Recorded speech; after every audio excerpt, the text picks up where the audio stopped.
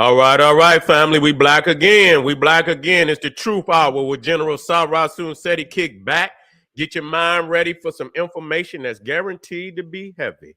That's right. Ring the alarm. KingSeti.com online marketplace. Got 25% off at this time. If you go to KingSeti.com, you go to the sales tab, click that tab, and all them beautiful products is yours for 25% off, family.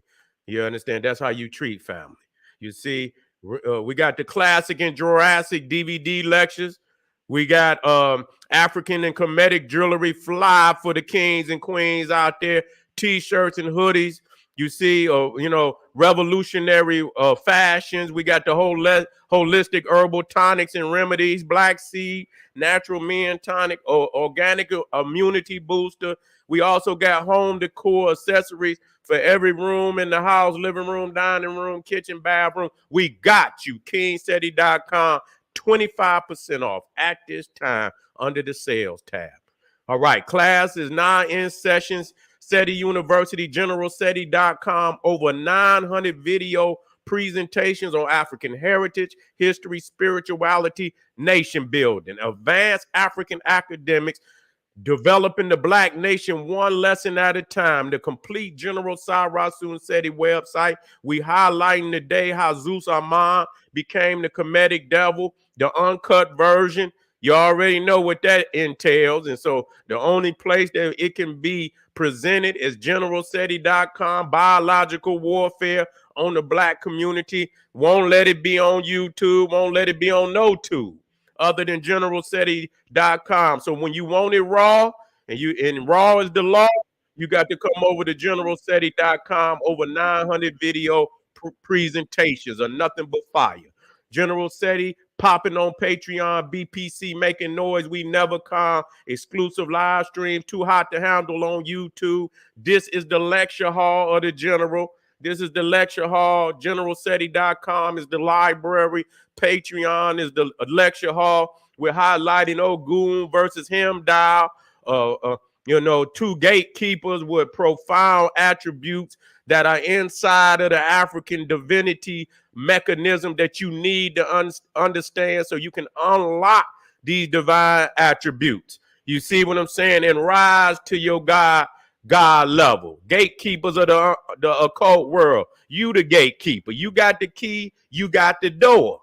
You see what I'm saying? So, I'm highlighting Baron Samedi, Anubis, you see, and so you can see that the metaphysical understanding is only relating to the mechanisms of your black divinity. And so you need to come in on Patreon, become a patron today. We ain't got nothing but that smoke going live this evening, dropping 2-3. None but fire. Make sure you subscribe to all my YouTube channels, King Seti, General Seti, Sara Seti. Rock that notification bell. Make sure you specify all notifications, because a lot of people keep telling me they ain't getting no notification. You ain't getting all notification. Hit that subscribe button, get a video a thumbs up, like it because you love it, share it with your family and friends, and comment. Just don't say nothing crazy, because I will ban your ass. You'll be up out of here, and I don't want to do it. All right, family, here we go. We're dealing with how the ancient Egyptians carried the Apis bull and Hathor worship to India. And they say, well, why do we need to know this? You understand? Because you so busy in another nigga religion, you don't think you didn't design religions and peoples is following your information. The blueprint that your ancestors laid out. You see, why you gonna follow somebody that's following your ancestors? You supposed to claim your throne. You supposed to go to the original. You supposed to go to the blueprint that, you understand, that people didn't nibbled on to create all these fraudulent religions that place them at the helm of divinity. Why would you come through the back door of a nibble? You understand what I'm saying? A fraudulent blueprint that been remixed off of the original that came up out of Africa. That don't make no damn sense. You a following ass nigga. You see? Following somebody who following. You see? So that already let me know where your mind is at. We're going to get busy today now. We're going to get busy. I'm coming in some earlier times, family. That's right. Let's get it going. Let's get it going.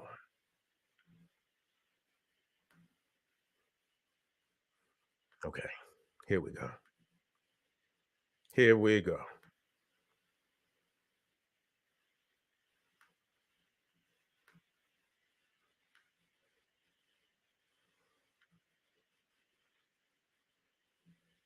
So again, family, what you're looking at? You're looking at Africa top side up, not upside down. This is the way civilization developed in sequence all from all around the world, starting in the heart of Africa. You see at the top, I don't want you to be confused. There is no Victoria, Lake Victoria in Africa. It's been criminally renamed by the colonialists and imperialists who have carved up Africa and renamed Africa. And we're gonna have to undo all of this madness at some point in time. But to make the point and to get you to the, in the necessary areas that, and so you're not confused about what we're teaching. We give it to you as it is on the map. You can make you can make the change, and as you do your research, and so that you can personally know what the true name of the lake is. And it depends on where you're at in Africa, because all around the lake you got different Africans with a different name. You see what I'm saying? And whichever one you choose to call it, it's all right, as long as it's African. You know what I'm saying? And so you see here at the heart of the Nile, the beginning of the Nile, this is the source of the Nile. You also look at Lake Tana in Ethiopia. It's right up under Oxum. You see, that is the source of the Blue Nile. Lake Victoria is the source of the White Nile. They come together at today what is called Khartoum, which means elephant tusk.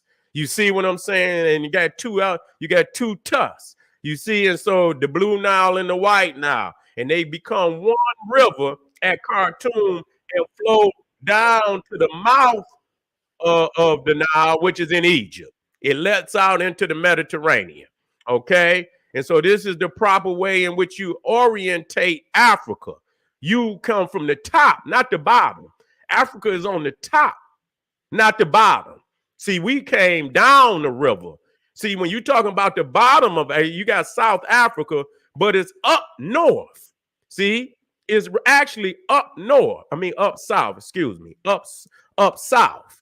Okay, so in this instance, south is not the bottom, south is the top. Okay, up south and down north, because the river is flowing from the interior of Africa down. So as the African, as the Africans begin to sail down the river, this is the orientation that they took. Where they started from was the top. That's the top, and then they sailed down the river until they got into Egypt. So Egypt is down north. South Africa is up south. Okay, so we got to get our orientation together. And so Europe is at the bottom. You should not have no goddamn map. You can get you a Peters projection map. You can get you a Peters projection map.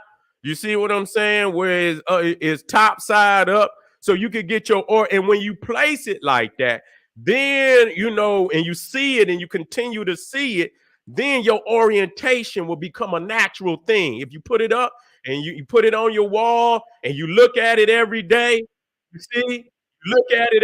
That's right. You could get it, and then you could just. It's a lot of people that got one. You see, I'm not gonna say everybody, but I like a good quality map. I don't like, they got a lot of cheesy looking maps out there. You see what I'm saying? And so you just don't want to get anything. You know what I'm saying? You want something to make you, if you're gonna put it on the wall, you want to feel good about the motherfucker being up there. You see, that's how I am, and so yeah, it's called a Peters projection map, and it'll have Africa. Matter of fact, I don't even know if that's the one. You have, because I believe the Peter projection map might just show Africa, from because it show it in its proper geological mass. They always, if you go to them early European map, they show Africa small, and you understand what I'm saying. So what you have to do when you get that Peters projection map is show Africa, in the mass that it is, geographical mass, you see, and show how large Africa is from north to south. You see what I'm saying? And so, that you need that one too. But, and they might have a Peters projection map that's upside down. And if you can't do it, just turn the motherfucker upside down your goddamn self. You know what I'm saying? You just you know, you could turn it up, but if it got the words in there, that's gonna make it look cheesy and shit. And so a lot of them then turn the map top side up, and they got the words in there proper like. You see, they got it in there proper like, so it look good. You know what I'm saying? And so as we look here, we see, that new, and when you look at the flow of the river, you understand that civilization came down the river. Locomotion naturally. It's just like the flow of the river. This is how civilization came down the river from the interior all the way down to Egypt. And like I said in the last video, you see, when you understand that Egypt was called the gift of the Nile. Matter of fact, let me take that out of there. Egypt was called the gift of the Nile. Why was it called the gift? Because the silk that comes, now what is silk? It is fertilizer, it's soil, it's topsoil that come out of Ethiopia. Ethiopia floods every year. It floods every year, and when it floods, it brings a lot of that rich silk topsoil in the river. It just brings, tons and tons of it.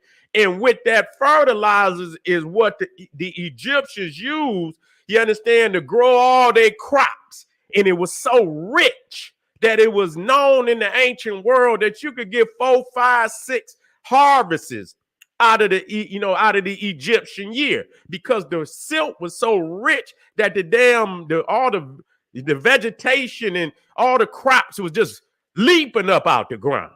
You see?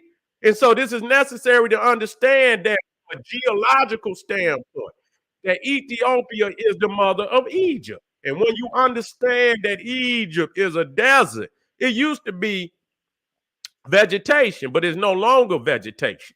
You see, it's a desert. And so the only water that's coming into Egypt is the Nile.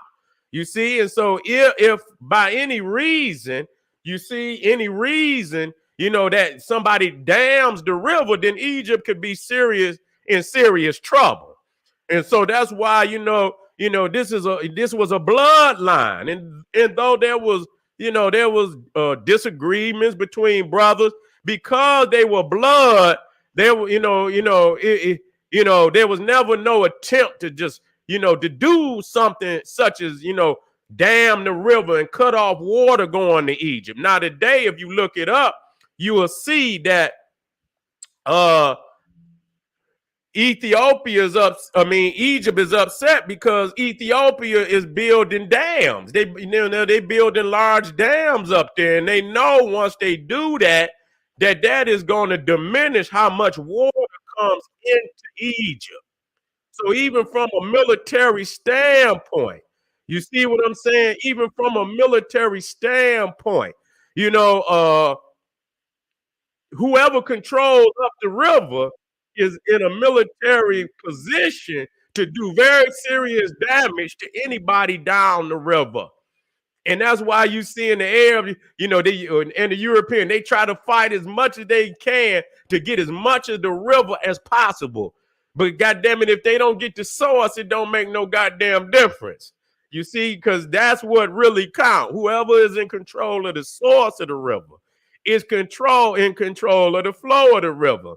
And so from a geographical standpoint, those nations up the river for Egypt, especially Ethiopia, because even though both the rivers come together at Khartoum and become one river, the blue Nile that's coming out of Ethiopia is far more powerful. You see what I'm saying? So when they meet up, that blue Nile is rushing. you see, rushing on through there. You see? And so that's very clear that Ethiopia is, from a geological standpoint, the mother of Egypt, and from a military standpoint, can do very great damage. You see, can do very great damage to Egypt. Okay, understand that. Now we're talking about how the and when I speak of the Egyptians, also the Cushites. I speak of them both one and the same. And so what you're looking at here, you look at the monsoons, and you're gonna see. I'm about to do a lecture this Sunday where I'm gonna deal with some heavy information because they about to go to war over in United States and China over these same areas. You see, over these same trading areas and so on and forth. It's about to be a great war. And our ancestors established these trading lanes thousands and thousands of years ago. Thousands and thousands of years ago. You see? And so you see the monsoons are these great trade winds that blow from Africa to Asia and back from Asia to Africa. So from June to September, these heavy winds, the monsoons can take you straight to India. And if you got large exports coming out of Africa, you got large exports coming up out of Africa, this would be the time to take it to Asia, because the winds being very strong can help push. You see what I'm saying? A lot of these, because barges, because that's exactly what they are, barges. They're not just ships. Some of these ships that they don't talk about in Africa were barges. You know what I'm saying? They don't talk about that. They are, when they show you these boats in Egypt, they show you the ones like I got up there, but they don't show you the barges that they had in Egypt, where they was carrying them large obelisks and shit that weighed, some of them weigh 700, 800, 1,000 tons. You see, and some of the barges, like the one I believe had Shepsu, carried two, or Tutmosis carried two up the river on one barge, and it was said that both of them weighed damn near 700 tons apiece. So you're not gonna put that on no goddamn canoe or no damn, not even that boat. So these was large barges, family, and I want you to understand that in the ancient world. You see, and so this is how our people, being that, we were not, even though we had animals, and because that we had that powerful river, the first transportation system that we developed was the boat. You see what I'm saying? We had, we could get up and down thousands of miles on the boat. And so what they did, like I said, in the earlier time, they would look out in the river, see the barges, see the logs that didn't fail, the trees that didn't fell in the water. And they would see that the logs would just float. They see the buoyancies in the logs. You see what I'm saying? And so they seen that they wasn't sinking, and so they would get out there. You feel me? And our people is very creative. They'll get on the log. They'll float up the river, and then after a while they became creative, where they would carve the logs, so that they didn't have to ride the top. They could get down in it. They would dig a hole in it so that they could sit down in it. And that was the beginning of where they started to carve the boat. You see what I'm saying? And so they would, over thousands of years, hundreds and thousands of years, the log became the boat. They became very creative in designing these boats. And so that was the first thing that our people, we wasn't on no goats and on no camels and shit. That was for other people. And so, when they talk about us, they always act as if we walked. When we migrated, we walked, and we did not walk no goddamn where. We were selling everywhere we went. You got to quit letting these people lie to you. We were selling everywhere we went. That's why when you look at all the areas that, when we talk about the origins of civilization on every damn continent, it's in the South. You see, it's in the South. And what does that mean? The people sailed in. I could show you where they sailed in. They didn't, you know, uh, walk no damn where. The only person was walking was the damn Cro-Magnon Neanderthal in the air. You see? Now let me move down. Let me keep moving. And so, September to March, you see that the monsoons would blow back towards Africa. And so if you came over June through September, you waited until the winds was blowing back September to March to go back to Africa. You see, and so you can see even going all the way. Once you learn uh, the currents in the oceans, which the Africans knew. You understand what I'm saying? They even knew about them. They don't show all them islands in the what today is called the Indian Ocean, which is really the Kushite Ocean. And right there, you see what they call the Arabian Sea, and you can see it's going directly to Africa.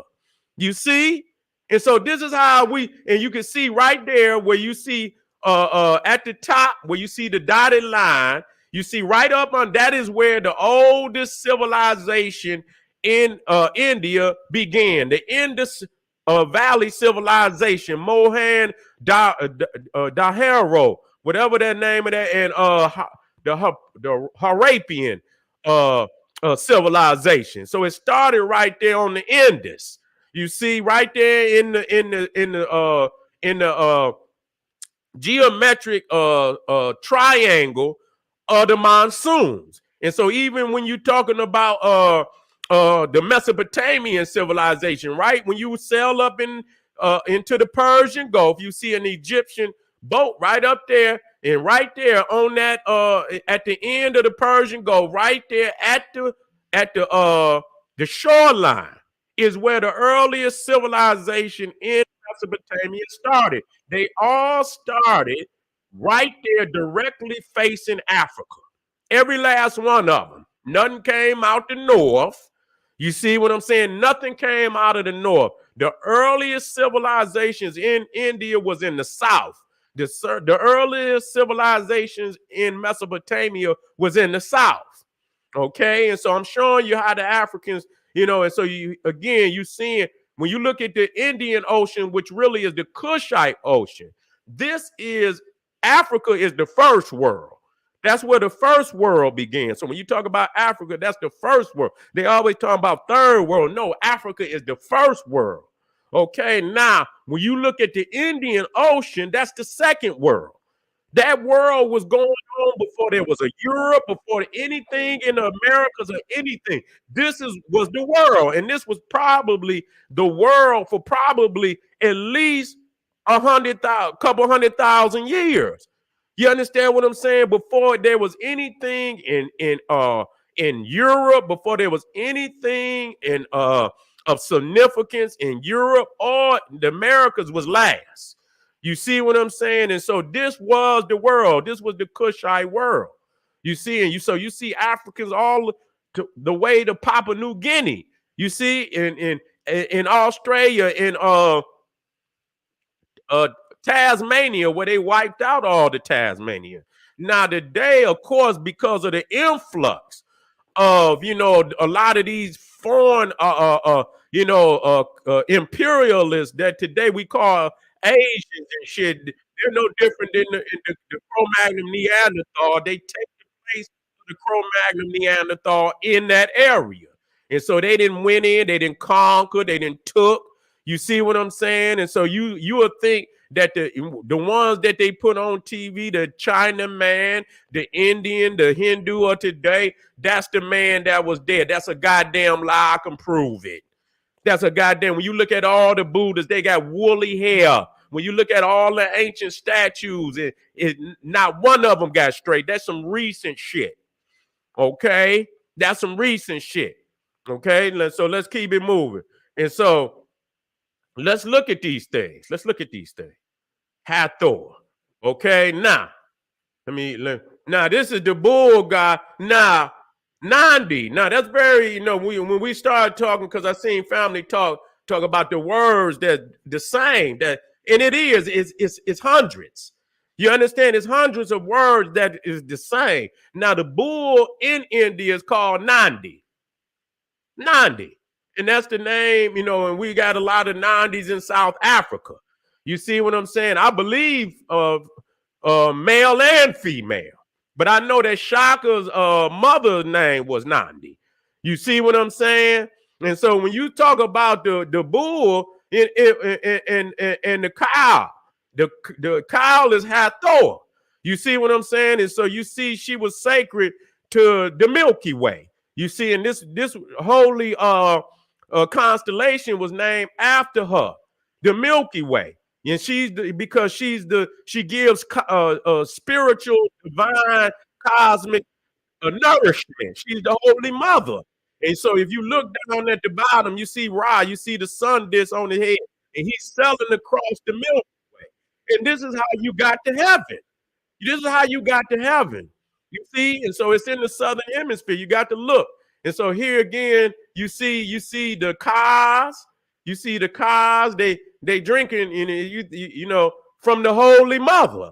See, they in heaven. This is what you call ambrosia. You see what I'm saying? This is what the Greeks call ambrosia. You see, the drink of the gods. You see, and so when you start talking about Hathor, you can see that the Egyptians, the Cushites, had temples to Hathor outside of what today, quote unquote, people want to call Egypt. You see?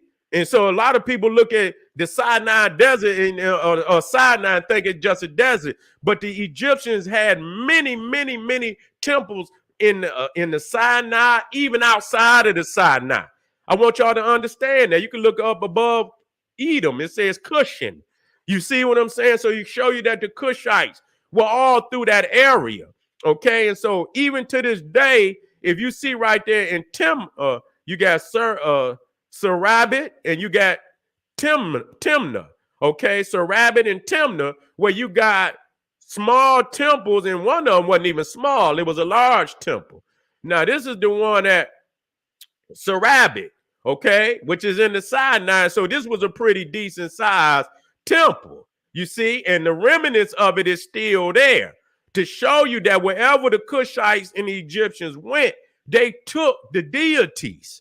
You see, and the remnants of those, even like I showed y'all, the lion. You can go into many of these Asian cultures, and they revere the lion. But the lion is not indigenous to Asia. You see what I'm saying? It was carried into Asia by the Africans. No different than the European brought to America the German Shepherd, the Rottweiler, the Bull Mastiff. These are all European dogs that have been transported to America. So you have to understand, when these great kings and warriors of Africa went into Asia, and there was nobody there. They was the first one. But understand, when you leave home, that's always military.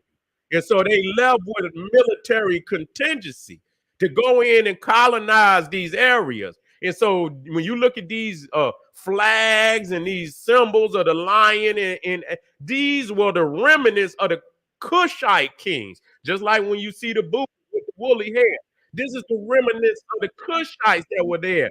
Thousands upon thousands, tens of thousands, if not hundreds of thousands of years before the people you see there today. We got to wake up.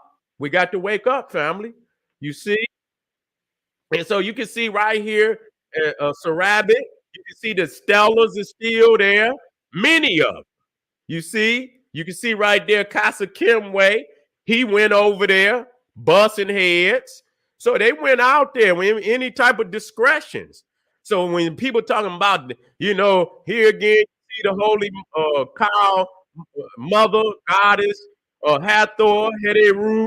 You see, so there's many statues. Even see Tahuti, the baboon is there. You see the crescent and the sun disk. And so this is where you get the term holy cow.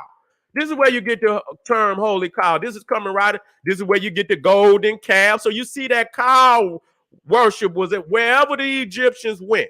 There's the cow worships. And so this is where you get the golden calf and with the Hebrews in the Bible. You see, and so now that's to the right is in India. That's Nandi, and you'll find the irony right in front of pyramids, temples, and so on and so forth. And it's so many similarities. It's shocking. They know it too. And they hate for somebody masterful, such as General Seti, that lay it out because they cannot deny. I used to tell people just like this. I remember one time I used to check, I'd be studying and I'd go online and, I was studying them Nagas for a while, for years. And I was studying and I happened to, I'm looking up Naga and I happened to see, I went on a site and it was, I was jumping through websites all over the world, wherever I can find some information on the Naga.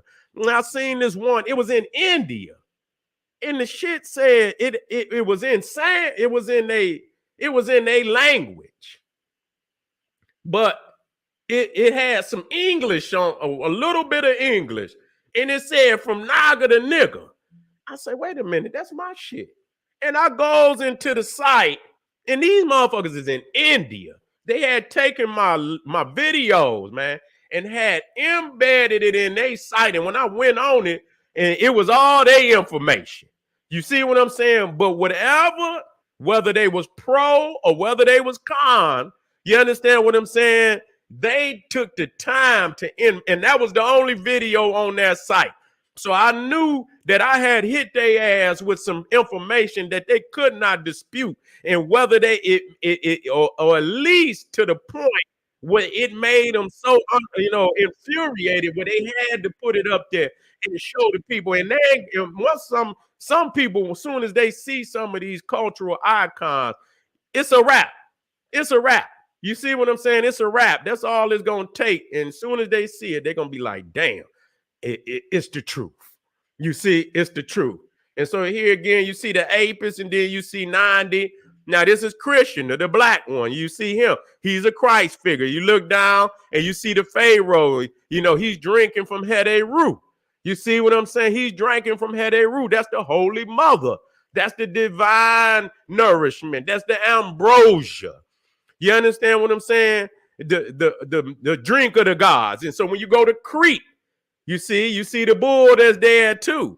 You see, that was established by the Egyptians. That established the Cushite Egyptians. And even the Bible, they say that Hathor which was a son of Egypt, in the Bible was the one that founded Crete. And so they say this, they backs it up. You see, holy cow. And so, as we go down now, this to the right is a cow deity. You see the man, the Apis, and then you come and you see both of them where you got the composite. You have the human and you have the bull to show you that, and here it is again, the Apis and 90, and many times they paint them black because also in India is divinity. And you see here where old Alexander tried to come in and play, with the Apis.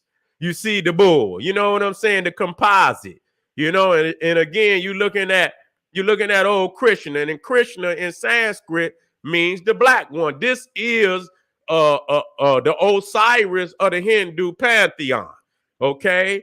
He's the Osiris along with Buddha. And so as you see Osiris with Heru, you see what I'm saying? Because Isis is Heru. Isis is the anthropomorphic form of Heru. You see what I'm saying? That's why you see on her head the cow horns and the sun disk. You see? And so that's the aspect of our set, her zoo type is Heru. Her cosmic type is Nu. Okay? Is Nu. And so now this is now you look right there, you see 90 right there before the pyramid. Now, when I show y'all, because I'm gonna do this, I'm gonna show you that the design of the Hindu temple is the design of the Egyptian temple. You understand? But you got to look at the ones at the Great Pyramid. See, that's what you got to look at. Because in front of the Great Pyramid is the mortuary temple and the funerary temple. You see, with the pyramid being at the end, you see, and so when you look at The Hindu temple, when you come in it, you have your hyper-style halls, and at the pyramid is called the Venom. Okay, now the Venom inside of there is your holy of holies. That's, probably when you go look, you can see that door up through there. That's probably where you will find your lingam.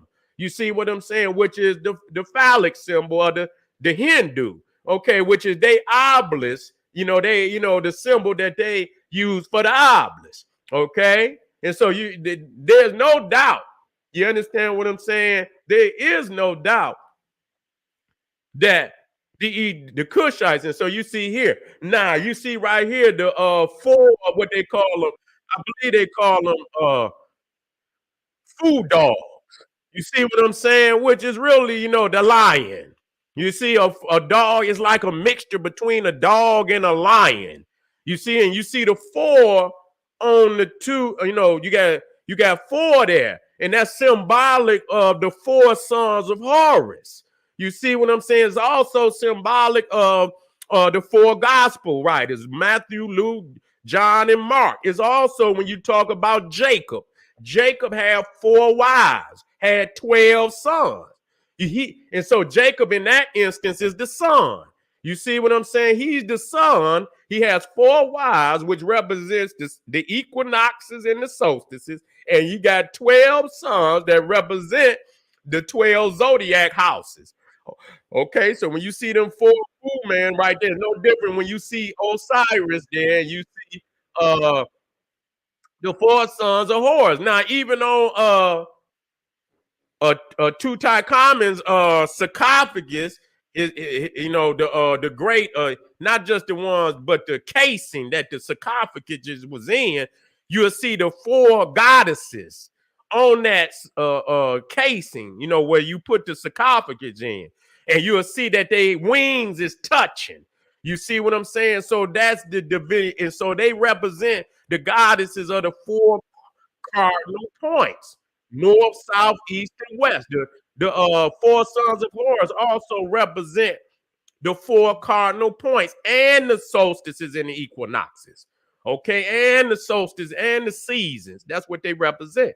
The 4 horsemen of apocalypse. You see? And so again, now I did say the lingam was, the phallic symbol, but they also got a pillar.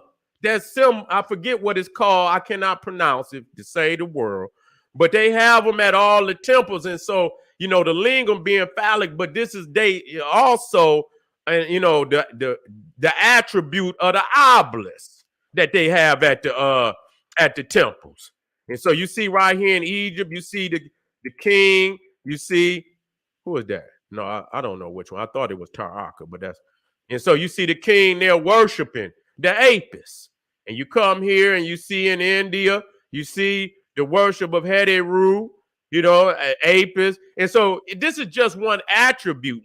When we continue to do it, and you see how many other gods, when I lay the temple out, the temple alone gonna shock you. Because I'm gonna lay it out blueprint for blueprint, it'll shock you. You'll be like, damn, you know what I'm saying? What is it that, has not, that can be not attributed to the Egyptians and the Kushites? You see, when I say Egypt, I mean the Kushite. I'm not just talking about Egypt. I'm talking about the Nile. You see, the Nile, Egypt is a composite of all the nations on the Nile. You see, so when I speak of Egypt, I'm not talking about just Egypt. I'm talking about the Nile Valley civilization.